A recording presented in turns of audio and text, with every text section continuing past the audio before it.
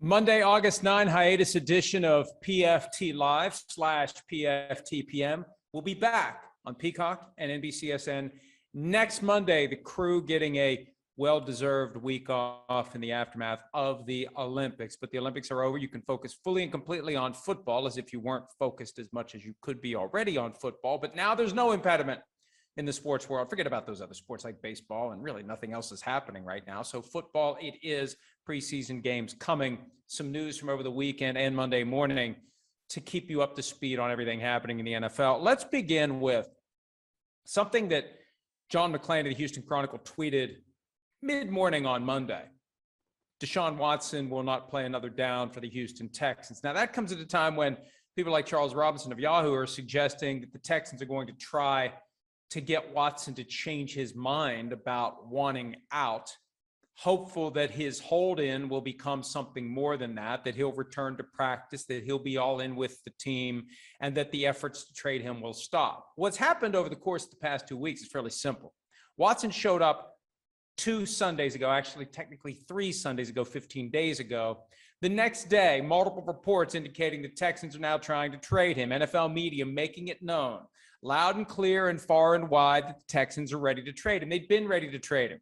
Well, the problem is the Texans haven't gotten the kind of offer that they wanted. They expect, as one executive remarked at the time, the clock to be set to the middle of January, when maybe it would have been 3 first-round picks plus for Deshaun Watson. Now it's different. It's different because of 22 civil lawsuits, 10 criminal complaints, and the inevitability of a grand jury. Watson's camp believes not if, but when a grand jury will happen.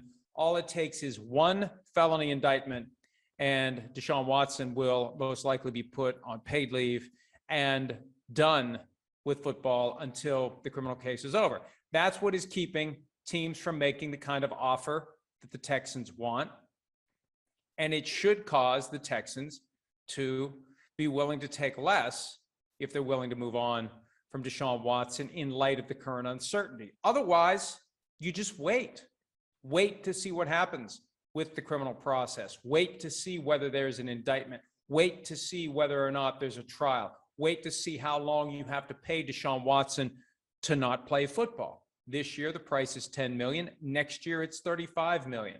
So if the Texans are going to try to slow play this now, they need to guess right as to what's going to happen with these serious legal issues that are swirling around Deshaun Watson. And they also have to be comfortable putting him out there on the field if he chooses to play, given the lawsuits, given the criminal complaints. It is not an easy process and not an easy decision for anyone involved. And there are some real issues that still have to be worked out. And it appears that the Texans are content to wait, even if it means spending $45 million or more, content to wait, because if they hold on to Deshaun Watson long enough, they can eventually trade him with the legal process completely resolved and Watson able to return to the NFL. And that is the belief, that at some point this will be over, that at some point he will be back in the NFL. But the one caveat, and there's a lot of things that have to happen before we get to this point, but the one caveat is, if there is a grand jury, when there is a grand jury, if there is an indictment, if there is a trial, if there is a conviction, Deshaun Watson may not be available to play football for a very long time. That's part of the reality here. That's part of the risk the Texans are assuming by not getting what they can and moving on. And now pivoting to this hope that they can get Deshaun Watson to play, pending a decision by the NFL to possibly put him on paid leave, pending the outcomes of these various cases. And we'll see how it goes. But nothing about it has been predictable. And one of the reasons is, frankly, the Texans at some level continue to be inherently dysfunctional. And look, one very real dynamic here, and I think I've mentioned this before. New GM Nick Caserio would rather do no deal than a bad deal. And there is a dynamic among the former Bill Belichick lieutenants who become coaches or general managers with other teams. They obsess over what Bill is going to think about the things they do. And if you do a bargain basement deal for Deshaun Watson and then a grand jury is impaneled and then no indictment happens and he's free and clear to keep playing and the cases get resolved, the civil cases after the season, and what have you gotten for Deshaun Watson? Not nearly enough. So that's part of the reason why I think the Texans are waiting, even though they may end up waiting and wading into a mess that they may not be able to get themselves out of. Speaking of messes that may be difficult to get out of, Michael Thomas and the Saints relationship fractured. Now, this is no surprise if you've been paying attention to the Saints and Michael Thomas dating back to last season, because there were reports during the period of time that he was out with a badly sprained ankle that the team was unhappy with him, that he'd become kind of a diva. He'd been hard to deal with. He had treated certain people in the organization in a way that the organization didn't appreciate, and it inflamed. Remember, he had the fight at practice, and then he was kind of suspended, kind of not suspended at a time when it looked like maybe he was coming back from the ankle injury. We reported back at or about the trade deadline that Thomas's camp was trying to get other teams to make a trade offer to the New Orleans Saints. Not that the Saints would have accepted, and not that it was successful. No one made an offer, but there has been this dysfunction that has been percolating under the surface for a while. And now it's out in the open, with the Saints upset with Thomas because he basically went AWOL as it relates to his ankle injury and whether or not it needed surgery. Remember the story, and the details first came from Nick Underhill of NewOrleansFootball.com, that Michael Thomas went to a specialist after the season. The specialist recommended some exercises, some rehab, give it a month, come back, and we'll see whether or not you need surgery. And then Thomas never came back. Over the weekend, Jeff Duncan of NOLA.com reported that Thomas basically was ignoring phone calls from Coach Sean Payton from the training staff. And then come June, it was too late to get the surgery done, so he'd be ready to go to the start of the season. Surgery gets done in June, and he's not ready to go, and he's not going to be ready to go. And I think what's happened here is, and the latest flashpoint was Thomas's tweet suggesting that the team is trying to hurt his reputation and that he hasn't said anything. I think the reality is the Saints would have preferred to keep all of this under wraps as long as possible. We didn't hear a peep of frustration or anything from the Saints back when these things were happening. When Sean Payton can't get in touch with Michael Thomas, they didn't go public with that to try to shame him into responding to phone calls. When the surgery didn't happen until June, there was no reporting that the Saints were upset that this didn't happen sooner. I think the Saints, not necessarily trying to smooth things over, I think the Saints trying to bolster trade value. They don't want to tear this guy down because they eventually may want someone to trade for him. And it got to the point where the situation is too fractured. There's too many people talking about it. Jeff Duncan finally became aware of it. Maybe Sean Payton or somebody else with the Saints at his or her wit's end and decided to make it known what was going on behind the curtain. But regardless, it's in the Saints' interest to not make this work. It works. It's in the Saints' interest to create the impression that Thomas is just the completion of his rehab away from being good to go, 100% physically healthy and able to be traded. But I can't rule out a trade of Michael Thomas by the week 8 trade deadline in 2021 if he's healthy and if another team is comfortable inheriting a guy who, not long after getting paid by the Saints, for whatever reason, had a falling out with the team. It's always one of my concerns. If you trade for a guy who reached an impasse with his former team, you step into the shoes of that team and you potentially become the team that he's upset with in the future. Case in point, Dwayne Brown currently staying away from the Seahawks. Well, the Seahawks got Dwayne Brown several years ago because he wasn't happy with the Texans' refusal to give him a new contract. What's he want now? A new contract, and he's not there. So that's part of the risk that you assume when you trade for a guy. And I think one of the reasons why the Saints were hoping to keep as much of this under wraps as possible, they want someone to take Michael Thomas and give them maximum return and allow them to move on. And it feels like that is inevitable. Something is inevitable, and the best outcome would be finding a new home for Michael Thomas via trade that gives the Saints some compensation for moving that contract forward. Speaking of contracts, the news came on Friday afternoon. Josh Allen, the first quarterback from the class of 2018 to get his long-term reward. In my assessment of the deal, we have the full details of PFT. I'm not going to break them down dollar for dollar here, but it feels like a deal halfway between Dak Prescott's contract and Patrick Mahomes' contract. Mahomes last year signed a 12-year deal. Prescott this year signed a 4-year deal. Here's Allen, 8 years, with a lot of the mechanisms that the Patrick Mahomes deal has, that gives the players some security and avoids the year-to-year reality that the Packers have with Aaron Rodgers. Because typically what happens is, and I'm going to keep it as simple as possible, in a given year, in March, money is guaranteed as of March into the second season. Not just that season, but the season beyond. So you do have a commitment. Now, guy can still be traded. Guy can still be cut subject to the guarantee. But it's a greater degree of security for the player than what Aaron Rodgers has in Green Bay, where the Packers have him under a year-to-year arrangement. And that, I think, was one of the causes of the consternation for Rodgers. Mahomes has protection against it. Allen has protection against it. Dak Prescott doesn't need it because he did a 4-year deal. In 3 years, the Cowboys are either going to give him a new contract or face the reality he'll be on the open market after 4 seasons. And it's always better to get back to the trough sooner than later, whether it's to get back for a renegotiation or whether it's to get back for a new contract. For Allen, it's probably 6 years until he's in a spot where he would get a new contract. It's 8 years until he's a free agent. That's still a long time.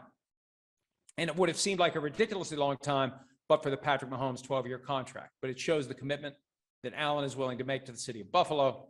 And dollar for dollar, year for year, the cash flow under the Allen deal is excellent in the short term. Patrick Mahomes eventually catches up. And by year 8, he actually is a little bit ahead of Allen. But in the first 1, 2, 3, 4 years, Allen makes a lot more money. I mean, a lot more money than Patrick Mahomes makes in the first 1, 2, 3, 4 years of his deal.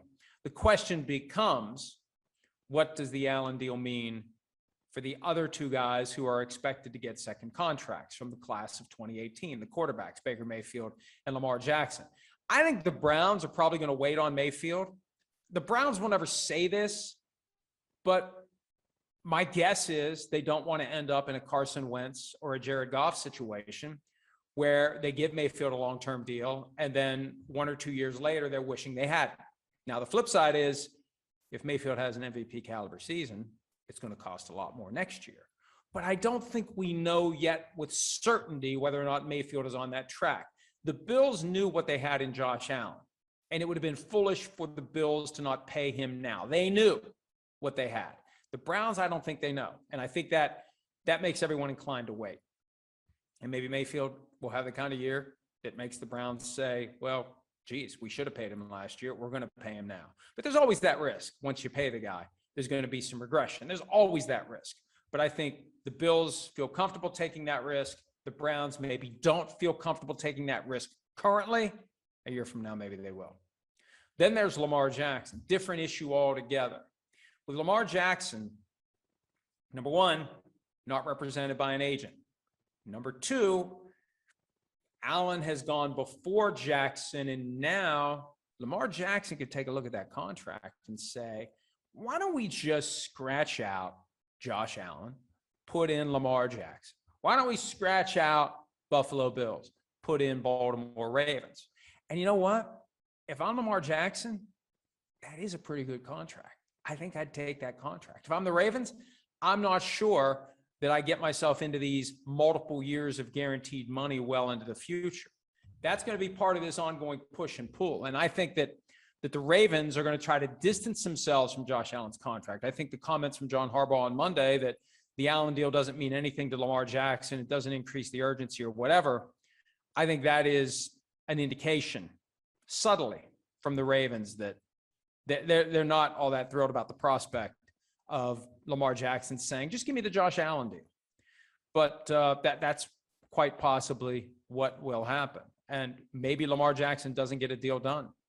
And maybe we're doing this again next year as he enters the 5th season of his rookie contract. And look, I think the Ravens are as sold on Jackson as the Bills are on Allen, apart from the skill, undeniable, 2019 NFL MVP, and the fact that they've basically reconstructed their entire offense to fit the skills and abilities of Lamar Jackson.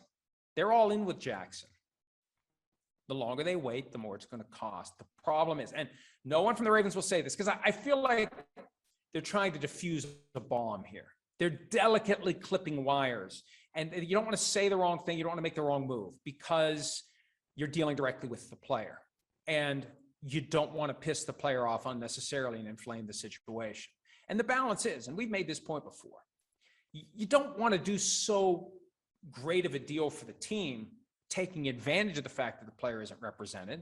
But you also don't want to just give money away. You don't want to do a bad deal for the team because the player isn't represented. So I think this Jackson situation, more complicated than meets the eye. Throw in the fact that he's had COVID twice in less than a year, and he's not vaccinated. And we haven't heard a peep from John Harbaugh about that. Behind the scenes, he may be livid about it, but they've got to be very careful. And I feel like there's a certain amount of tiptoeing that they're doing as an organization around Lamar Jackson because of his importance to the team, his undeniable ability, the fact that he's not represented, and the fact that he's not vaccinated. And like way too many other NFL players don't realize the very real competitive disadvantage that comes from not being vaccinated. So we'll see how that all plays out. But kudos to Josh Allen. I think it's a great deal for him. And we'll see whether that results in a new contract for Lamar Jackson before we get to the start of the regular season. Inevitably, Jackson, Allen, maybe Mayfield, and others currently playing will make it to the Hall of Fame. Hall of Fame ceremony over the weekend, complicated by the pandemic. I don't know that back-to-back nights, just overload. I look at this from the perspective of the average fan. Too many speeches, too many busts, too much pomp, too much circumstance. Maybe they should have had 2 weekends over the course of the summer. And then I see the videos and the photographs from the parties. And, look, have we forgotten we're in a pandemic? I don't know who's vaccinated and who isn't vaccinated, but we are back at a point where in many jurisdictions, there's a push back toward being ultra careful, wearing masks indoors. And there's a disconnect when you see some of these images, especially indoors. Outdoors is different. Indoors, and it's like there's not even anything untoward or unusual happening when it relates to public health. So regardless, we had 2 nights of it back to back in Canton this year. And the one shining development from the 2020/2021 Hall of Fame induction process, the creation and enforcement of strict time limits. 6 minutes with an 8-minute cutoff, although some folks strayed past it. And this has been a subject of debate for a while. There are people out there who believe that earning a spot in the Hall of Fame also entitles the Hall of Famer to stand up there for as long as he wants. And as I've said time and again, just because the bust is there for all eternity doesn't mean the speech has to feel like it is too. There's a reason for keeping it brief. There's a reason for making it manageable. This is a TV show, a live TV show. And I've said all along, either create real time limits or go ahead and let them take as much time as they want in the afternoon. Tape it, trim it down to an allotment per guy, and then play it at night if you want to do it that way. Because if it's going to be a TV show, there has to be some sensitivity to the reality that it can't be C-SPAN and it can't just be filibustering. And I know it's a challenge. There's so many people you want to thank. Well, you know what? You can thank them privately. There are different ways to show gratitude. Getting up in front of anyone who happens to be watching on NFL Network or ESPN and saying the name of someone aloud. So all these people out here are just waiting for this damn thing to get over with, can hear it. I don't know that that's the proper way to thank someone. And my approach, or at least my advice, I really don't enjoy public speaking, in part because now this is different. I mean, this is something that I hope that you want to listen to. You wouldn't be here if you didn't want to hear what I had to say. When you speak at an event like that, and I've been at enough of these things, graduations, you got your program and you're just checking boxes until we get to get up and leave moment of the proceedings. So everyone who speaks, and I understand the whole purpose of the Hall of Fame enshrinement is to hear from the Hall of Famers. But how much are people really listening to? And I'm a proponent of keeping it short and striving to come up with one memorable thing, just one thing, because At most, when you're in a setting like that, especially with 6, 7, 8 speeches, the most that you can hope for the audience to remember of what any one person says is one thing. Come up with that one thing, build your speech around that one thing, make it some theme, some message, beginning, middle, end, and keep it all as tight together as possible. Say what you have to say and move on. And the other thing too, because I got the impression that Peyton Manning, who definitely respected the rules of the Hall of Fame, was rushing a little bit. Don't rush the delivery. That is your moment. You don't want to be stressed out about the fact that you only have 6 minutes. You got a lot of ground to cover. Got a long way to go and a short time to get there. That can't be the attitude. The attitude is, I got 6 to 8 minutes. You prepare 4 minutes and you take your time delivering it. That's what you do, because you want to remember that moment as your moment, however long or short it is. That's your moment. And if you're stressed out the whole time because you got more to say and you don't have enough time to say it, that doesn't make it an enjoyable moment. Anyway, that's my free advice. Definitely guaranteed to get your money's worth if you follow it. Preseason has started, and I angered some people the other night by something that I tweeted, and I've been waiting for an opportunity to talk it through a little bit more. And this isn't an excuse by any means. I mean, this is an attitude that I've had about the preseason for years, dating back to at least the first time I heard the commissioner complaining about the quality of the preseason. What happens though is, and I see it on social media, this relentless hype machine about preseason football. Look, let's just accept the preseason for what it is. The preseason is an opportunity for teams to get acclimated to what it's going to be like on game day. You go through the game day ritual, the pregame routine, and it's an opportunity for some of the veteran players to take some reps, knock the rust off, although teams are being more and more careful about their veterans in the preseason. And then it becomes an opportunity for younger players who know they're inevitably going to be cut to create game film that will get them on a practice squad, get them picked up on waivers by another team, get them a phone call in September, October, November, December, or whatever. This is their chance to shine in the closest thing to a real NFL game as they're ever going to see. That's what the preseason is. And I appreciate that and I respect that. When I see people in the media, when I see team social media accounts trying to equate preseason to the regular season, that's when I say, folks, we need to be honest with ourselves and with our audience. Isn't it enough for just to accept football in the preseason for what it is?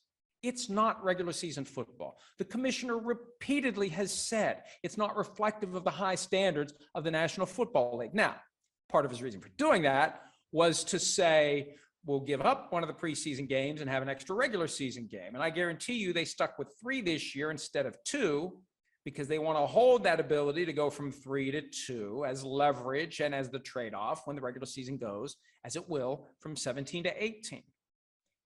But we saw last year no preseason at all. And the veterans would prefer no preseason at all. And did we miss? The only thing that I really like about preseason football is seeing rookie quarterbacks. Do they check the box? Do they pass the eyeball test? Do they look like they belong? How does the ball look coming out of their hand? I remember with Kyler Murray a couple of years ago, zip coming out and zip going in, and he looks the part. The game's not too big for him. We'll be doing that this year with Justin Fields, Kellen Mond, all the rookie quarterbacks that we expect to see in the preseason. Trey Lance, my God, everything Trey Lance does is going to be under a microscope. Is he ready to take over for Jimmy Garoppolo? Does he look the part? Zach Wilson, does he look the part? Trevor Lawrence, does he look the part? Is he ready to go? That's where the preseason value is. And I just, social media is a cesspool of negativity. And it's also at times a cesspool of excessive, unrealistic positivity. I just like to keep it realistic. I know what the preseason is. I know what the preseason is not.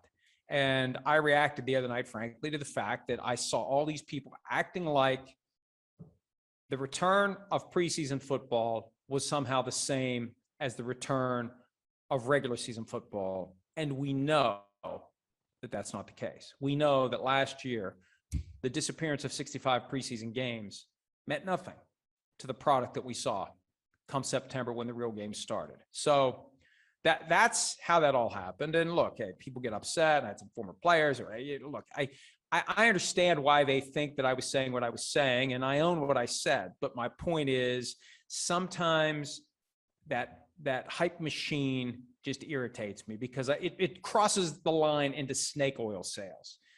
Let's not lie to the people about what this really is. And there's value in it, but let's not lie to the people about what it is. We know what it is. We know what it isn't. All right, let's answer some questions on this Monday hiatus edition of PFT Live / PFT PM. Let's see what we got here. Let's see what we got. Looking back through, I did the tweet earlier today, so I got to scroll through some of that. We got a lot of content up today. Let's see, where's the office gift that, here it is. All right, let's answer some questions. Let me get this going here. All right. Burn unit, if Deshaun Watson is on the commissioner exempt list for a season, does that count as an accrued season under his contract? You know, all I know is he gets paid. He gets paid for the full season. I don't know if it counts as an accrued season. I think it does. I think the only thing he loses is the ability to play. The NFL's position has been that there is no element of punishment to being on the commissioner exempt list. So that would tell me it does not affect his status or standing in any way. He's on the team. He's getting paid. He's just not permitted to play because, frankly, the NFL doesn't want to have to deal with the PR fallout of having a guy who is facing serious allegations being on the TV screen and being the subject of discussion. Despite all constitutional protections, innocent until proven guilty and whatnot, they reserve the right under certain circumstances based on certain accusations, even if they are never proven, to say that guy can't be on the field because it makes us uncomfortable if he is on the field. JR, the boss man, the NBA is investigating the Miami Heat and the Chicago Bulls, that you know who we mean, for tampering prior to free agency. When are leagues like the NBA and NFL going to get rid of these tampering rules? Well, the NFL kind of did with the 48-hour or however long it is. I think it starts at noon on a Monday and lasts until 4 on a Wednesday. So it's a 52-hour period where it's permissible to negotiate and unofficially finalize contracts before free agency begins. And what we see every year is a large percentage of the deals are done before the process starts. The NFL did that because it was so glaring that tampering was happening. For example, Albert Haynesworth, 2009, free agency started at midnight on a Friday. By 5 a.m., he had a $100 million contract negotiated. That didn't get negotiated from scratch between the hours of midnight and 5 a.m. So the NFL, as a way to kind of acknowledge that this happens and deciding to create a window for it to happen, it's able to continue to ignore the fact that it happens well in advance. And it mainly happens at the scouting combine in Indianapolis. And people make no bones about it. It's all untraceable. It's all face-to-face meetings in hotel rooms. There's no way to know who's talking to whom about what. And nobody cares. Hell, Bruce Arians blatantly tampered with Tom Brady last year at the scouting combine, telling reporters they're going to call Tom Brady. That's a tampering violation. The NFL either doesn't care, or the NFL, and I think the truth is, the NFL doesn't enforce the rule aggressively because, number one, there's no way to enforce it fairly because everyone breaks it. And number two, the NFL doesn't really want to be in a position where it is informing the world on a regular basis that we have corrupt organizations. At some point, if you penalize every tampering violation, if you penalize every injury report violation, at some point, somebody's going to say, man, they all cheat. We should do something about this. All these teams cheat. I think that's one of the reasons why the NFL looks the other way. So I think it's going to continue to happen. Period. End of statement.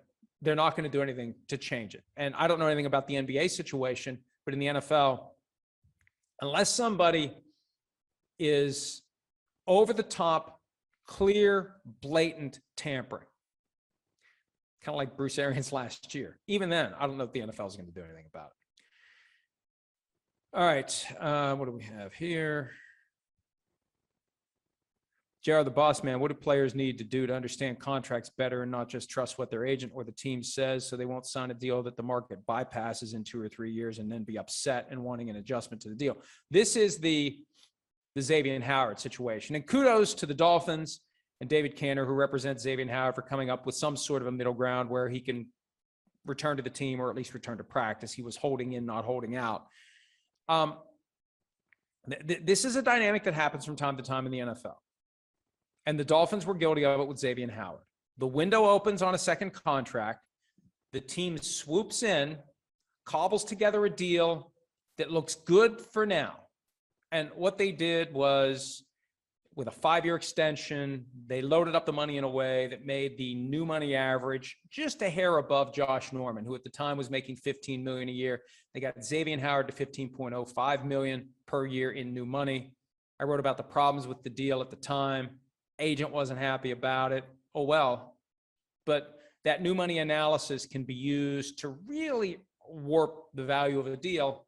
And if the kid doesn't understand it, and look, every agent wants to be able to use perceived success on behalf of one client as a way to attract more clients. I remember when the Colin Kaepernick second contract happened in 2014. It was sold as the greatest contract ever signed by any player. And once you scratched at the surface, it just wasn't. It's very common for agents to try to oversell these deals. The problem is sometimes you do get a player who ascends in one of the seasons after he signs the deal. He's at a point where he's not happy with the deal. Maybe the market's passed him by. Maybe you have a player on your team that has gotten, as much or more money than you in Byron Jones, who was signed as a free agent, and you're not happy. And see, that's why, whether it's a trade or whether it's a free agent contract, you never want to be the team that does too good of a deal. You want the player to be happy with the contract that he signed for as long as he possibly can be. You want the team that you did that trade with to be happy with what it got. It makes it harder to do deals if you're doing deals that are too good. And the Dolphins did a deal by virtue of the fact that they were willing to do anything to rectify it. That's an admission. They knew they did too good of a deal with Xavier Howard, and he outperformed that deal. And to their credit, they fixed it. And the biggest offenders were the Eagles of the early 2000s, when Joe Banner was the team president. And they seemed to believe that they gave out Lombardi trophies based upon how much salary cap you could save. They would target players early in their careers. They would make them offers that they could not refuse. And those contracts were destined, through the passage of time, to become bad contracts. And that happened with several players who were not happy. Excuse me, I was holding that off as long as I could. But several players ended up being unhappy. You don't want that. You always want your players to be happy with their deals.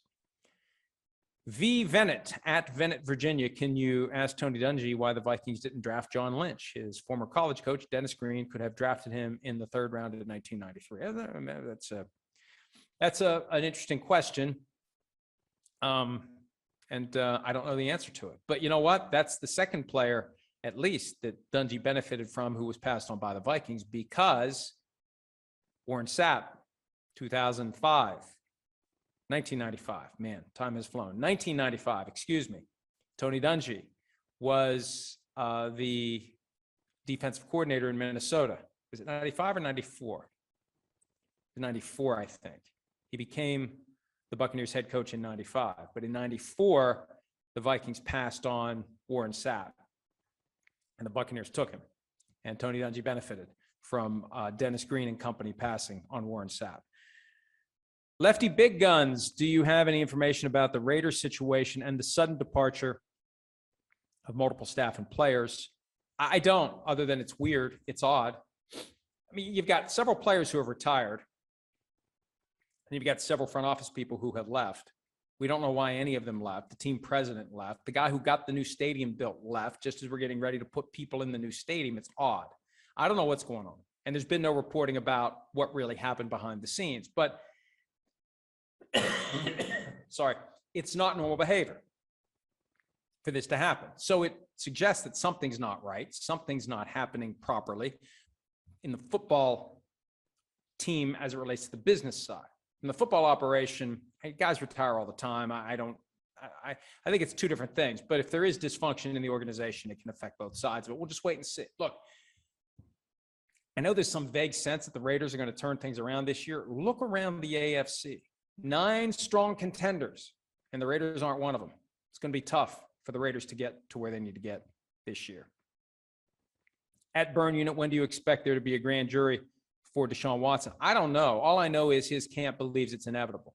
And obviously, the sooner the better to get this resolved, let everyone know where things stand. But if he's indicted, that's all the sooner that he gets put on the commissioner exempt list. All right. JR, the boss man, Russell Wilson sounds very optimistic about the Seahawks offense. How long in your mind until Pete Carroll stops letting Russ cook? What happened last year was they made changes to the offense. It worked incredibly well early in the season. And then when the defenses started to figure out the tendencies and the tells and the patterns, the Seahawks offense didn't do enough to stay a step ahead of the defenses. That's going to be one of the challenges this year with Shane Waldron. Whatever they're doing early, if it works, you have to self-scout yourself, as Sims would say, and stay a step ahead. Now, we've heard a lot about unpredictability, a formation from which they can run or pass. That's key. You don't want to tip off what you're doing before the play begins. And as we get deeper and deeper into a season, and as teams study the film from every snap, preseason, regular season, everything that's available, they start to figure out the patterns. And the smart teams with the great defensive coordinators will start to crack the code. You need to crack your own code and stay ahead of it. And I think last year, Pete Carroll finally just got to the point where it's like, look, this isn't working. We need to be more conservative. And that laid the foundation for all the offseason issues. And now everything's fine. Russell Wilson compartmentalizes it. It's fine. Glass half full. He thinks the Seahawks can have the best offense in football. Why not? Well, if they do, great. And if they get past the divisional round for the first time since 2014, even better. But if they don't, I think we're going to be back in the same spot come February 2022 that we were in February of 2021. All right, a lot of great questions here today. Narendra Chowdhury, any chance the 6-minute speaking rule will be the standard for the Hall of Fame, or was this the exception because of all the inductees? I'd like to think that we've crossed a bridge now where it becomes a standard part. It's baked in to the process. And it'll be interesting to see if they really do play the music and cut the mic of a guy who talks for too long. But as I said earlier, just because you've earned that spot permanently in Canton doesn't mean you've got the right to stand up there and filibuster for as long as you want to go. And I know that some people think they have the right to do it. I don't. As long as it's a live TV show, I don't. JR, the boss man, at what point do you believe Patrick Mahomes will ask for a new contract after seeing all these other contracts that are better than his? Well, Dak Prescott's contract clearly better. Josh Allen's contract better. Excuse me. I think that, look, it depends on first whether or not someone passes $45 million in new money average. That's the point where there will be a widespread presumption that someone has a better deal than Patrick Mahomes. But even though he's at $45 million per year in new money, the details of the deal make it easy for a guy who's only making $40 million per year, like Dak Prescott, to overcome. Or Josh Allen, who's only making $43 million per year in new money. His deal's better. But we get to a point where somebody's making more than $45 million per year. I think that's when the pressure starts to build on the Chiefs to spot the necessity to fix the contract and get it done and keep him happy. Peter King had some great quotes today from Brett Veach, the GM of the team, from Andy Reid, the head coach, and from Mahomes himself about how they've found a way to keep Patrick Mahomes happy across the board. Involvement with personnel, involvement with coaching. They're not going to take advantage of him, and they're not going to let him think that he's being taken advantage of. When the time comes to fix that contract, I suspect that the Chiefs will do it, unless there's some major dramatic change in the management of the team. One more good one from JR, the boss man. What do you think it will take Lamar Jackson to get the vaccine after getting COVID twice? I think that for some of these guys, Kirk Cousins, Lamar Jackson, other starting quarterbacks, and there seem to be a few of them that aren't vaccinated, I don't think anything's going to change their mind. And it really is amazing to me. You know, what I thought would happen this year would be the mindset from last year that COVID's not going to affect me, not worried about COVID. That would translate to players taking the approach that they're not worried about the vaccine. Vaccine can't hurt me. And you look at it from a football standpoint, being vaccinated increases the chances that you'll be available to play, decreases the chances that you're going to have some COVID test be asymptomatic, find out on the Sunday morning of an afternoon or evening game that you can't play. Getting vaccinated wipes that out. I thought players would, no questions asked, give me the vaccine. What's the team want me to do? They want me to get the vaccine. I'm getting the vaccine. It enhances my availability. Yes, give me the vaccine. I'm not worried about it. I mean, they line up out the door to take Toradol shots.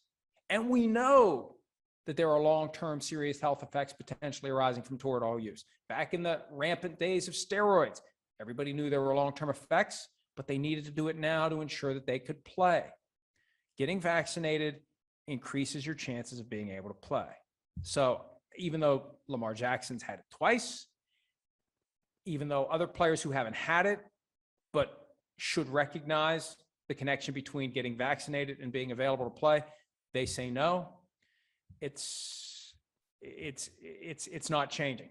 If they haven't done it yet, I don't think they're going to do it. Unless a teammate who's not vaccinated gets seriously ill or dies, that's the only thing I think that's going to break through that wall that so many players have, that plexiglass that Kirk Cousins is going to ensconce himself with this year.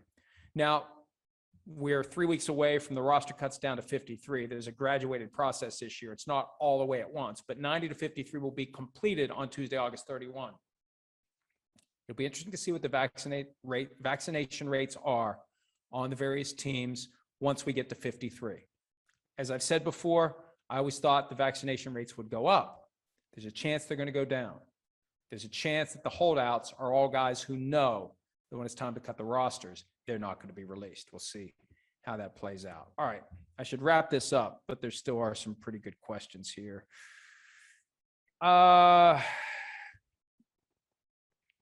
Football God, if Jamal Adams gets a big payday, does that mean Dwayne Brown is on his way out of Seattle? Look, you got to find a way to pay everybody, and they pay Russell Wilson a ton of money, and they have to pay Jamal Adams a lot of money. I've heard about $17 million a year, reset the safety market. They've given up 2 first-round picks to get him. They've got to pay him. With Dwayne Brown, it's a little more delicate.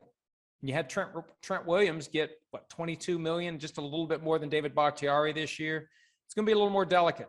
And again, they ended up getting Dwayne Brown in Seattle because he wasn't happy with his contract in Houston, and he wasn't happy with what the Texans had offered by way of a new contract. So they shouldn't be shocked that Dwayne Brown is taking that same approach now.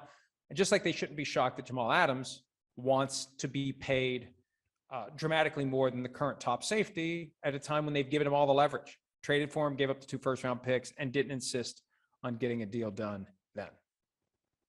All right, that's it for today. We will be back again on Peacock and NBCSN next Monday. Until then, the goal is to do this every day of the week. We'll have Sims back maybe on Wednesday. Maybe I'll convince him to go 2 days this week. Got to get him back in. It's kind of like preseason for him. Got to get him back into, his full-time 4-day-a-week talking mode. But either way, profootballtalk.com, around the clock, all day, every day, videos every day this week. PFT Live back next Monday. Thanks as always for some of your time. We'll talk to you again on Tuesday. Hi, I'm Mike Tirico, and thanks for watching. Make sure to hit subscribe for the latest news and highlights from NBC Sports.